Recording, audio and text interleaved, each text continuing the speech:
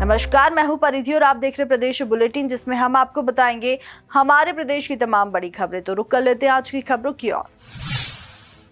मौसम का मिजाज एक बार फिर बदलने लगा है। प्रदेश में फिलहाल विपरीत दिशा की हवाओं का असर देखने को मिल रहा है। इस वजह से बादल छाने लगे हैं। इसके प्रभाव से महाराष्ट्र की सीमा से लगे नर्मदापुरम जबलपुर संभाग के कुछ जिलों में रविवार सुबह बूंदाबांदी हुई है। राजधानी भोपाल में भी बादल छाए हुए हैं। इस वजह से रात में ठंड का असर कम हो गया। हालांकि बादल छाने की वजह से दिन का पारा लुढ़क गया है। देखिए, अभी एक आपके गुजरात के ऊपर एक सर्कुलेशन बना हुआ था और एक ट्रफ जो है वहाँ से आपके अरबियन सी से मध्य महाराष्ट्र तक आ रही थी। और उसके अलावा मॉइस्चर भी जो है आपके बिहार बंगाल से आना था और ये आ रहा था। और उसके अलावा जो लाइन है आगे मूव हुई है, तो इसकी वजह से जो है आपके पूरी मध्य प्रदेश में और पश्चिम मध्य प्रदेश में कहीं की वर्षा दर्ज की गई है। और अभी तक जो सुबह यहाँ पर आंकड़े आए उसके हिसाब से सबसे अधिक जो है जबलपुर में 10.4 मिलीमीटर वर्षा दर्ज की गई है। और बाकी जगह और भी जो थंडर स्टॉर्म लाइटनिंग भी दर्ज की गई है, कहीं कहीं ओले भी गिरे हैं। तो और तापमान की बात करें तो सबसे कम जो है दतिया में 5.0 कम तापमान दर्ज किया गया है।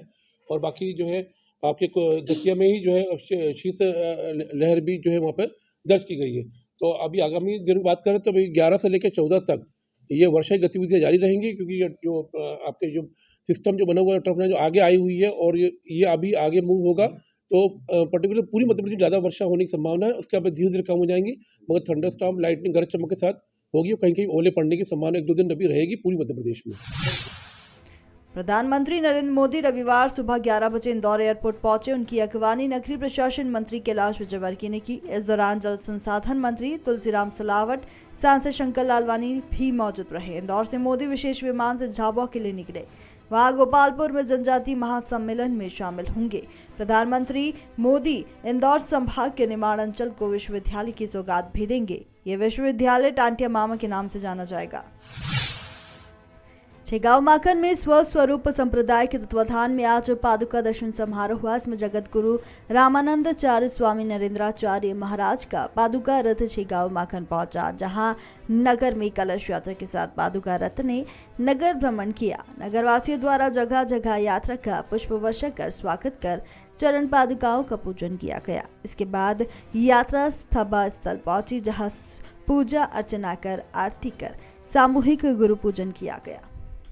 ये जगतगुरु नरेंद्राचार्य महाराज, जगतगुरु रामानंदाचार्य दक्षिण पीठ नानी धाम उनकी सिद्ध पादुका है। ये जो परंपरा है जगतगुरु रामानंदाचार्य की, प्रभु रामचंद्र से चली आ रही परंपरा है और वही उन्हीं की ये सिद्ध पादुका यहाँ पे अपने गांव में आई हुई है। इस पादुका का मुख्य उद्देश्य गांव में भगवान राम के द्वारा जो पद दिया हुआ है, आज जगतगुरु रामानंदाचार्य की जो परंपरा है भगवान राम के द्वारा निर्मित, उस परंपरा की पादुका गांव में आई है, जिससे गांव के हर तरह से खुशहाली आना चाहिए, लोगों में धार्मिकता का माहौल पैदा होना चाहिए।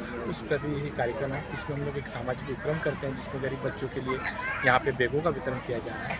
वैसे जो संस्थान है, संस्थान के बहुत सारे सामाजिक उपक्रम चलते हैं। हमारी वैद की स्कूल है, अपनी वैद की हॉस्पिटल्स हैं, स्कूल्स हैं, फिर एम्बुलेंस सेवा है हमारे यहाँ पे, और निःशुल्क अपने अन्न क्षेत्र चलते हैं। और गरीबों के लिए हम लोग बहुत सारे काम करते हैं। जैसे बीच में अकाल पड़ा था, अकाल केवल लोगों की सेवा हमारे संप्रदाय के द्वारा की। कोरोना काल में करोड़ों रुपए हम लोगों ने गवर्नमेंट के फंड में दिया हुआ है। फिर ब्लड के माध्यम से, देहदान के माध्यम से। सामाजिक का कार्य ये है कि तुम जियो, दूसरों को जीने में सहायता करो।